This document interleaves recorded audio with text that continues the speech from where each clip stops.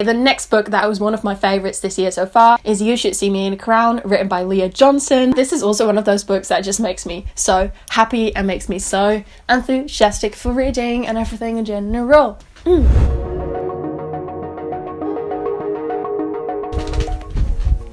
Hi everybody and welcome back to my booktube channel, Books with Leo, and today I am here to talk about my 5 favourite books of 2020 so far. It is currently July and I am really pumped to film this video. I'm not sure when this will be online, so maybe it will not be like perfectly at the middle of the year, so I don't know, but I just really wanted to make a video where I talked about my favourites of this year so far, and I know that you guys would enjoy to see stuff like that as well, so yay, I'm really excited.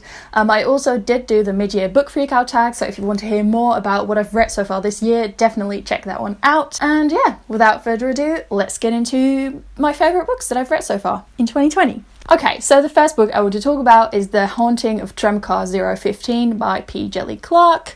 I have read this book recently. I listened to it on audiobook. If you've been following me for a longer time, you know that I really love fantasy that is also very witty and there's a lot of humour and fun times in it. I just like stories that make me feel good, you know?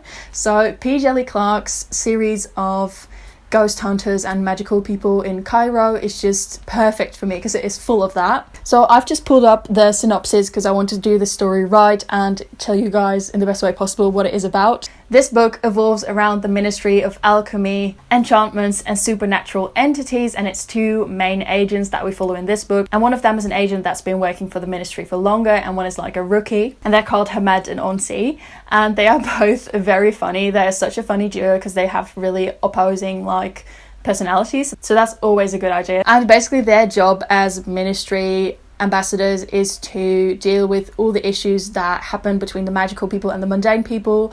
And basically in this book they have to work on a haunted tramcart and to like sort of exorcism-ish, like, is that a verb? Like they have to exorcist a creature out of a haunted tramcar, and they also get to meet the women's movement of Cairo at that time, so like the feminist movement and all the magical and robotic things happening in there. One of the characters that helps the agents keeps calling them spooky boys, which is just the funniest thing I've ever read. I enjoyed that so much. She's so snarky. And yeah, basically this whole book is so much fun. I loved how feminist it was as well, and I loved reading fiction set in like an alternate Cairo. That was so cool. So yeah, I really enjoyed this book and I'd recommend it to anybody who's looking for some short fantastical fiction that is very feminist as well. So yeah, this is definitely one of my new fantasy faves and one of my favourites that I've read this year so far. So yeah, I can't stop talking about it and I won't stop talking about it. The next book I want to talk about is a graphic novel, and this is Heartstopper Part 3. I've talked about Heartstopper continuously on this channel, but I will not stop because I read Heartstopper Part 3 this year and this was just my favourite one in the series so far. It is so heartwarming. I'm like one happy soul every time I read these books. This is a graphic novel series by Alice Oseman. It is surrounding Nick and Charlie, who Nick is already out of the closet and he's gay, but Charlie's like, no, it's the other way around. Why do I always mess this up? Charlie is already out of the closet. No, Nick is. Oh my god, I can't even remember. I have no brain cells. No. Okay, so Charlie's already out of the closet for sure, and he's like all got it figured out, but Nick isn't yet, and he discovers that he might be bisexual, and it is about their relationship, them being together, but also about like their friends and the trips they go on with school. It's about homophobia. It's got some eating disorder subjects in there as well. This is just such a wonderful series. It is so impactful, it's so important, it's so heartwarming. I love it. It's amazing. You should all read this. And the illustrations are also so cute. Okay, my hay fever is currently hitting me really hard. Loki dying over here. I think I've sneezed like 50 times now. I forgot what I was talking about because my hay fever is killing me at the moment. Anyway, I really enjoy Heartstopper and yeah, I urge you to all pick up this graphic novel series. Okay, the next book that was one of my favourites this year so far is You Should See Me in a Crown, written by Leora Johnson. This is also one of those books that just makes me so happy and makes me so enthusiastic for reading and everything in general. So yeah, You Should See Me in a Crown is about Liz, and Liz really wants to go to this medical school and she's got it all planned out. She's like a perfect A student. She's going to get like a scholarship. She's going to be there, you know, she's going to go to that school, but then she doesn't get the scholarship, and so her and her friends come up with this plan where she needs to become prom queen so she can still get the money and go to her school. But then when she's running for prom queen, she meets this girl and she kind of really likes her, and they like each other, and it's like, ooh, they're rivals but they're into each other, and it's really cute.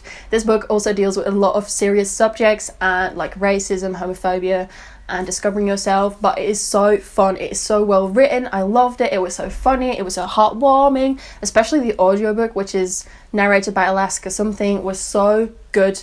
Oh my god, enjoyed it so much. I listened to it while sunbathing on my balcony and I just had the best time. And yeah, I would recommend this book to anybody. I'm going through these really fast, but I'm just so enthusiastic.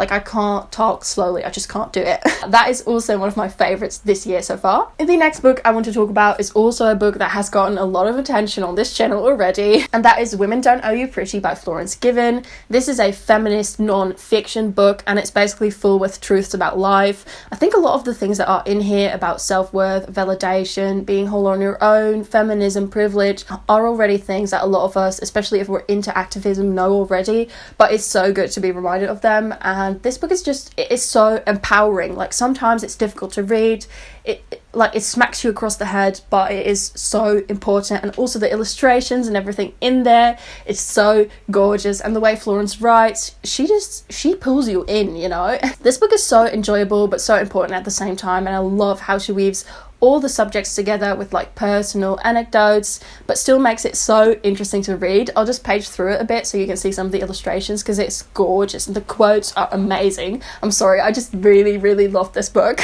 I also think the illustrations in this book make it feel so much more accessible, and I love the way it is mixed media because of that. It's really interesting, and all of the quotes are so Instagrammable but also hit me so hard. They are like so true, and yeah, I really enjoyed it, and I would proudly call this one of my favourite reads of this year so far. And the last book I want to talk about is one I also talked about in my mid-year book freakout tag, and that is The Final Empire by Brandon Sanderson, aka Mistborn Book 1. I already talked about this book in that video in quite a lot of detail, so if you're interested, definitely check that video out. I loved this book so much. It's been such a long time since I've enjoyed a fantasy novel this much. I swear to God, I was like reading and I was like being like, ooh, ah, oh my God, no way. And I was just like, I was verbally so excited because I was so engrossed in the story, and it was just so amazing. This is about a world with oppression and slavery, so definitely a trigger warning for that. This is basically a novel that is about what if the bad guy won and how would the world look after that. So our heroes live in a world that is ruled by a bad guy, basically by a very evil Lord Ruler, as we call him. And in this world, people have different powers based on steel alloys, which is a very cool magic system if you ask me. And basically, if you have all of the steel alloy powers, you're a Mistborn, and if you have one of them, you're a Misting. And we basically follow this gang group going on a heist. All my favourite novels are about groups going on heists. There's probably something wrong with me. But yeah, just the main characters and everything about this, the love, even the love interest. I normally hate love interests in fantasies, but even that really got me in this book. And there's like also like court politics and stuff. It's got all the good stuff. It's got gowns, it's got like the gangs and like the underground world. It's got all the good stuff. I loved it so much. So this is definitely one of my favourites of this year. And I've also read book 2. I still have to read book 3, but I'm super excited for that one, especially after the plot twist at the end of book 2. So yeah, those were my top 5 favourite books of 2020 so far. I really hope you enjoyed this video. Let me know in the comments down below what are your favourites so far. Click the bell notification so you make sure you never miss one of my videos. And yeah, I'll see you guys in the next one. Bye!